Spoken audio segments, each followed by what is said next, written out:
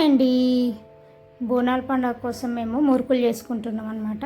కొంచెం నెయ్యిలో మినపప్పు వేయించుకుంటున్నాం. ఇంకా వేయించుకొని రేషన్ బియ్యం తీసుకున్నాం. రేషన్ బియ్యంలో కొంచెం రాళ్ళు అవి ఉంటాయి కదా, అవన్నీ ఏరుకొని మా ఆయనకి ఇస్తే గిన్నె పట్టించుకొని వచ్చింది. ఇక గిన్నెలో కూడా కొంచెం పిండి జల్లెడ పట్టాలి కదా, అట్లా పిండి కూడా జల్లెడ పడుతున్నాను అనమాట. అయితే నాకు ఈ మురుకులు చేసినప్పుడల్లా ఒకటి గుర్తుకొస్తుందండి.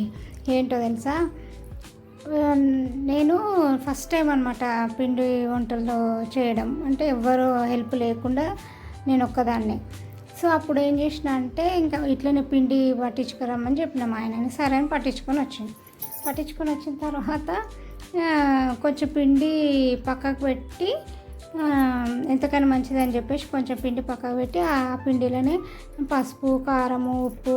అప్పుడు నాకు ఇంత అందాజా అని తెలియదు అనమాట, ఇంత వేయాలి ఇట్లా అని అందాజా అది తెలియలేదన్నమాట. అందుకని చెప్పేసి ఇక నాకు తోచినంత ఇంత పడుతుండొచ్చులే అని చెప్పేసి అన్నీ వేసుకున్నాను. అందులో ఏమైందంటే సాల్ట్ వేసుకున్నా కొంచెం సప్పగా అనిపించింది. కొంచెం ముద్ద కలిపేసరికి ఆ ముద్ద కొంచెం టేస్ట్ చూస్తాం కదా, ఆ ముద్ద టేస్ట్ చూసేసరికి సాల్ట్ తక్కువ. సరే సాల్ట్ తక్కువ ఉంది కదా, కొంచెం సాల్ట్ మిగతా పిండిలో సాల్ట్ వేద్దామని చెప్పేసి మా ఆయనని కొంచెం ఏమంటే ఆయన వేసేసరికి ఎక్కువైపోయింది.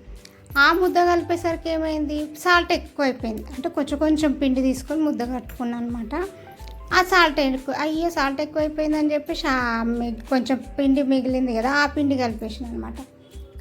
అది కలిపి మళ్ళీ చూసేసరికి సప్పగా అయిపోయింది. మళ్ళీ సప్పగా అయిపోయింది కదా అని చెప్పి మళ్ళీ సాల్ట్ వేయమంటే మా ఆయన మళ్ళీ సాల్ట్ వేసి ఏమైంది, మళ్ళీ అది సాల్ట్ నిండుగా అనిపించింది. అయ్యమ్మో ఇవేం మురుకులు రా బాబు, ఇంక ఈ సాల్ట్ ఈ పిండి వేసుకుంటూనే ఉంటావా అని మా ఆయన ఒకటే అనడు.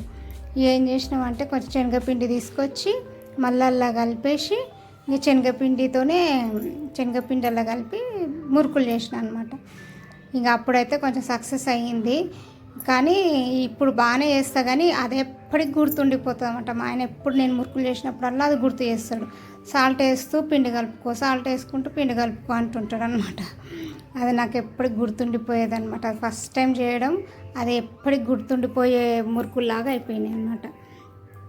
ఇప్పుడైతే పిండిలో అన్నీ సాల్ట్, కారం, ఉప్పు అన్నీ కలిపేసుకున్నాం. కొంచెం ఓమ కూడా కలిపేసుకున్నాం అనమాట. ఇంకా దాంట్లోనే కొంచెం నూనె, ఆయిల్ వేడి చేసుకొని ఆ పిండిలో వేసుకొని కలుపుకున్నాను అనమాట. కొంచెం మంచి క్రిస్పీగా కూడా వస్తాయి.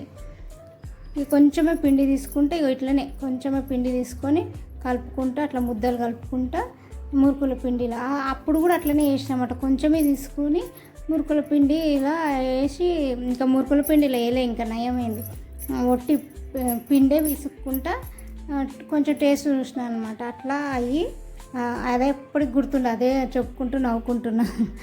ఇంకా అప్పుడైతే నాకు ఇప్పుడైతే మురుకులు చేసేటప్పుడు మా ఆయన లేట్ షాప్కి వెళ్ళిపోయాడు. ఆయనకు లేట్ అవుతుంది అనేసరికి ఇంకా మా పిల్లలు హెల్ప్ చేసారు అనమాట నాకు. ఇంకో అట్లా మురుకులు మంచిగా తడిపి మురుకు పీటలా పెట్టేసి ఇంకా మురుకులు ప్లేట్ మీద ఒత్తేసుకున్నాను అనమాట.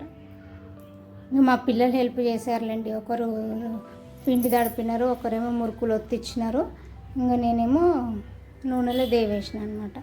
ఇంకా పిల్లలు హెల్ప్ చేస్తే కొంచెం తొందరనే పని అయిపోతుంది కదా, అట్లా అనమాట. ఇంకా అట్లా మా పాప వాళ్ళు అయితే అట్లా ఒత్తిచ్చినారు, నేనైతే ఆయిల్లో దేవేసిన.